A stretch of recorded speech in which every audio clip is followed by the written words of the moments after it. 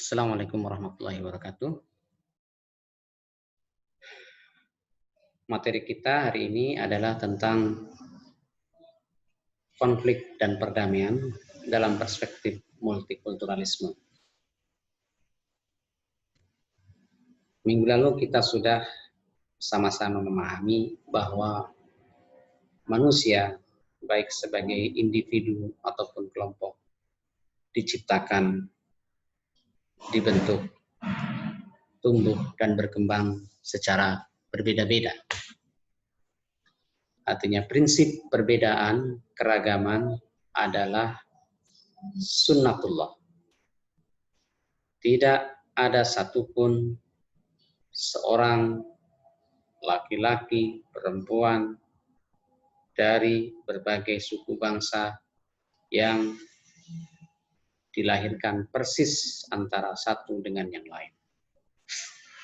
Konstruksi sosial yang kita pelajari kemarin dari karya Peter L. Berger, konstruksi sosial tentang realitas di sekitar kita, sehingga manusia mengkonsepsikan sesuatu itu baik, benar, positif, negatif, bernilai atau tidak bernilai, itu dikonstruksi oleh sekitar kita, oleh orang tua kita, keluarga kita, sekolah kita, guru kita, lingkungan di sekitar kita. Semua membentuk, mengkonstruksi apa yang ada di dalam pikiran kita, sehingga menjadi pandangan hidup, menjadi nilai-nilai yang kita harapkan berlaku di masyarakat, dan nilai-nilai yang diharapkan masyarakat agar setiap anggota masyarakat melaksanakan nilai-nilai tersebut. Di Barat, di Prancis misalnya, mereka sudah terbiasa dengan nilai-nilai yang memisahkan antara agama dan politik, agama dan pemerintah, sehingga tidak boleh dilibatkan agama, keyakinan individu di dalam acara-acara atau agenda-agenda masyarakat. Tentu berbeda dengan misalnya orang Indonesia yang terbiasa mencampurkan, memasukkan nilai-nilai, kegiatan-kegiatan keagamaan di dalam praktek atau agenda yang bersifat publik. Nah, perbedaan-perbedaan ini, nilai budaya, keyakinan, agama, kultur, antar masyarakat, tentu sangat mungkin melahirkan atau memungkinkan menciptakan konflik. Tapi keep in mind, kita tunggu dulu. Jangan langsung melihat konflik itu sebagai sesuatu yang negatif. Ada sisi-sisi lain yang perlu kita pelajari, kita pahami dari konflik. Kita paham bahwa konflik itu nyata, konflik perbedaan itu jelas, perbedaan itu sunnatullah, ya. Nah, maka hari ini kita harus memahami bahwa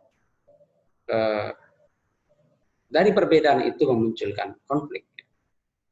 Nah, konflik itu apa? Kita harus paham konflik itu apa, dan kita harus bersikap bagaimana, dan bagaimana kita bersikap bagaimana, kemudian bagaimana kita menciptakan atau membangun sistem untuk menyelesaikannya atau resolusi konflik. Konflik itu secara definisi adalah konflik berbeda. Jadi kalau orang berbeda itu sudah berkonflik. Jadi the nature atau sunnatullahnya manusia itu memang berkonflik, berbeda, disagree, atau tidak saling menyetujui, tidak saling bersepakat, karena manusia secara lahiriah saja sudah berbeda. Maka ada kemungkinan untuk berkonflik. Jadi memang masyarakat berbeda tentu melipat gandakan potensi-potensi konflik yang ada di masyarakat. Nah, kita paham bahwa abad 20 dan abad 21 adalah abad di mana sistem masyarakat yang multikultural, kehidupan masyarakat yang multikultural itu semakin menguat. Sejak lahirnya sistem demokrasi dan negara bangsa di abad 20 setelah revolusi Prancis, masyarakat dikenalkan dengan sistem kehidupan modern yang semakin lama semakin seperti berevolusi menuju bahwa masyarakat itu akan semakin multikultural, mungkin super multikultural. Semakin ke depan semakin masyarakat yang plural, masyarakat yang multikultural tidak bisa dihindarkan. Kita paham bahwa dengan teknologi transportasi dan teknologi informasi orang semakin mudah bertemu, berinteraksi, berkomunikasi antar satu bangsa dan yang lain. Bahkan komunikasi individu sekarang sudah tidak dibatasi lagi oleh bangsa-bangsa dan kekuatan-kekuatan pemerintah misalnya. Anda bisa berkomunikasi langsung teman Anda di luar Indonesia, di luar benua Asia, bahkan mungkin antar budaya yang sangat jauh berbeda, Anda bisa saling belajar, bisa saling berkomunikasi. Nah, potensi dari super keberbagian masyarakat di abad 21 ini, yang oleh Thomas Friedman disebut sebagai super globalized human civilization, jadi abad di mana manusia begitu sangat globalized, sangat terkoneksi satu dan sama lain. Itu membuat orang semakin terekspos, ya, melihat, mendengar, bahkan mengalami ekspresi budaya yang berbeda-beda, baik etnis, bangsa, keyakinan, dan lain-lain. Orang Asia sekarang tinggal di Kanada, orang Kanada tinggal di Singapura, orang Arab tinggal di Amerika, orang Amerika tinggal di Arab, dan sebaliknya itu sudah biasa. Nah, ini dalam teori konflik memunculkan kemungkinan, meningkatkan kemungkinan tensi antar masyarakat. Ya. Kalau orang berbeda bertemu bisa jadi. Nah, tetapi kita harus paham bahwa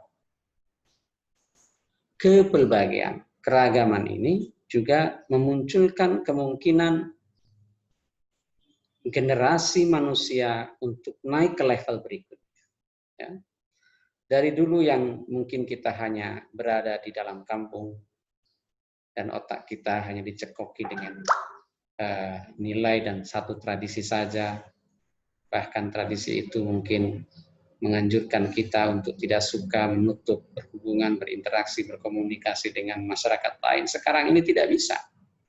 Apa potensinya? Potensinya adalah hanya dua, konflik ataupun tidak konflik. Konflik dalam skala yang lebih terbuka, lebih besar, bisa berujung kepada physical violence, ya, di kekerasan fisik. Konflik itu levelnya macam-macam. Ada yang masih sifatnya konflik secara verbal, mungkin hanya perbedaan pendapat, tapi kemudian meningkat kepada hate, ya, hate, kebencian. Setelah konflik orang kemudian benci, saling membenci. Saling membenci itu disinyalkan atau diperlihatkan dengan ujaran-ujaran kebencian terhadap etnik atau bangsa atau keyakinan, adat istiadat orang lain. Tidak sekedar berbeda, tetapi ada unsur kebencian. Tentu ini konflik pada level yang lebih tinggi. Setelah itu sifatnya fisik. Jadi, fisik sudah misalnya menyakiti orang lain, memukul, melukai, bahkan kemudian menyerang, tortur, mengancam, terrorizing, meneror, dan seterusnya. Ini dari konflik bermula, kemudian ada level berikutnya yang berdasarkan tadi setelah kebencian, kemudian ingin menguasai orang lain dan seterusnya. Dan level berikutnya.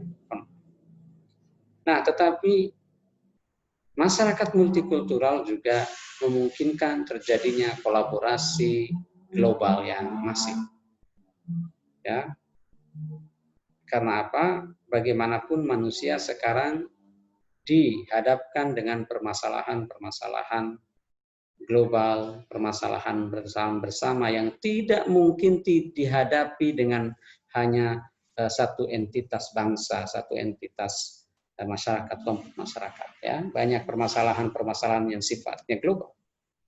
Bagaimana sekarang global warming, mencairnya kutub es di kutub utara, ya, yang meningkatkan meningkatkan level air laut yang akan menenggelamkan banyak sekali kota-kota di dunia dan mungkin akan membuat sumber-sumber air bersih semakin berkurang. Deforestasi, ya, semakin berkurangnya hutan-hutan yang menjadi paru-paru dunia, sehingga manusia semakin kekurangan oksigen, sehingga semakin banyak penyakit-penyakit yang juga berefek kepada kekurangan tantangan. Orang menjadi tidak punya sawah, tidak ada lahan untuk bercocok tanam, lahannya tidak subur. Nah, itu kemudian memunculkan masalah berikut secara domino, ketahanan pangan. Manusia berebut pangan, berebut lahan, berebut bagaimana mendapatkan makanan-makanan atau sumber-sumber makanan, sumber-sumber air, dan lain-lain, yang mungkin sekali menciptakan konflik dengan skala yang lebih besar daripada konflik-konflik yang pernah ada. Ya, kalau konflik dulu itu kolonialisme, hanya ingin menguasai satu wilayah karena mengandung sumber daya alam tertentu, tapi sekarang lebih lagi adalah keinginan untuk menguasai sumber-sumber daya alam untuk kehidupan masyarakat bangsanya sendiri, dan itu bisa memungkinkan terjadinya konflik yang berkepanjangan yang mengorbankan jutaan manusia. Jadi dari masalah global yang menimpa masyarakat ini seterusnya akan memungkinkan terjadinya konflik. Nah, solusi yang paling bagus, yang paling jelas harus dilakukan oleh manusia, umat manusia, masyarakat pada umumnya. Seperti yang lalu-lalu, hanya kita perlu bersepakat bersama-sama. Memahami permasalahan global bersama-sama. Apa permasalahannya? Dan tidak bisa diselesaikan secara sektoral. Kebakaran hutan di Kalimantan itu menyebabkan polusi yang luar biasa di Asia, kemudian mengurangi daya serap udara yang kotor, yang memungkinkan kemunculan penyakit-penyakit, pandemi-pandemi berikutnya. Ya. Nah, tidak bisa tidak. Konflik itu akan muncul dan tidak bisa tidak harus disikapi dengan kesepakatan masyarakat bersama untuk menghadapi atau untuk memecahkan permasalahan perbedaan di kalangan masyarakat. Ya. Presidennya sudah banyak, secara sejarah konflik sudah banyak sekali terjadi, bahkan konflik banyak sekali terjadi dulu disebabkan oleh perbedaan. Nah, solusi yang harus ditekankan utama adalah kesepakatan. Respon masyarakat untuk bersepakat itu harus dikuatkan. Misalnya, sebentar.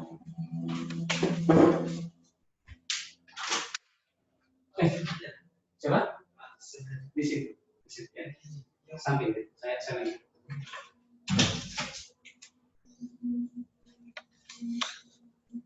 Ya, kesepakatan.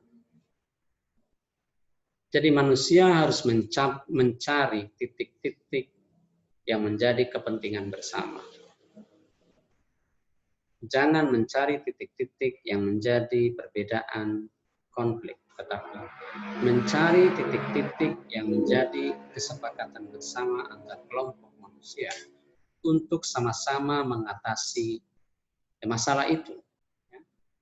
Jadi misalnya air, ada permasalahan air di kampung, walaupun satu kampung terdiri dari berbeda-beda suku, berbeda-beda keluarga, berbeda-beda keyakinan misalnya, tetapi ada satu permasalahan yang harus diatasi. Lewat permasalahan itulah kemudian kita bersatu. Ya. Kenapa kita semua sebagai bangsa Indonesia dari berbagai suku, berbagai masyarakat, berbagai pulau bisa bersatu? Karena kita ada satu tujuan bersama. Kita melupakan perbedaan-perbedaan, tentu kita jaga sebagai satu identitas kita, tetapi di dalam kehidupan bersama. Maka di sini ada ranah bersama, ada ranah tersendiri, atau bisa kita sebut public dan private. Secara publik sebagai ranah bersama, kita sebagai orang Indonesia mempunyai satu kesepakatan untuk menuju cita-cita bersama. Apa cita-citanya? Semua nanti bisa dipelajari di mata kuliah Pancasila, misalnya dalam Undang-Undang Konstitusi ada, dalam Undang-Undang Dasar 45, semua ada. Itu adalah menunjukkan cita-cita bersama sebuah bangsa. Dan kita bisa bersatu di situ. Elemen-elemen yang sifatnya parsial, identitas kesukuan, identitas kepulauan, kita singkirkan. Kita lebih menguatkan pada identitas-identitas bersama untuk melakukan bersama-sama tujuan kita hidup bersama.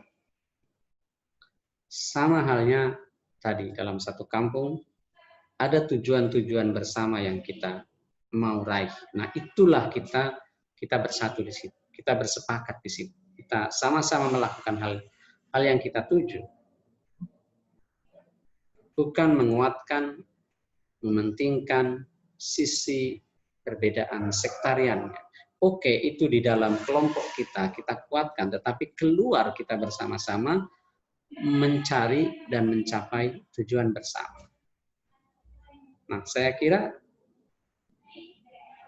itulah respon yang mungkin kita kuatkan sebagai kelompok masyarakat di dalam menghadapi konflik yang disebabkan oleh karena banyaknya perbedaan kepelbagaian culture di masyarakat.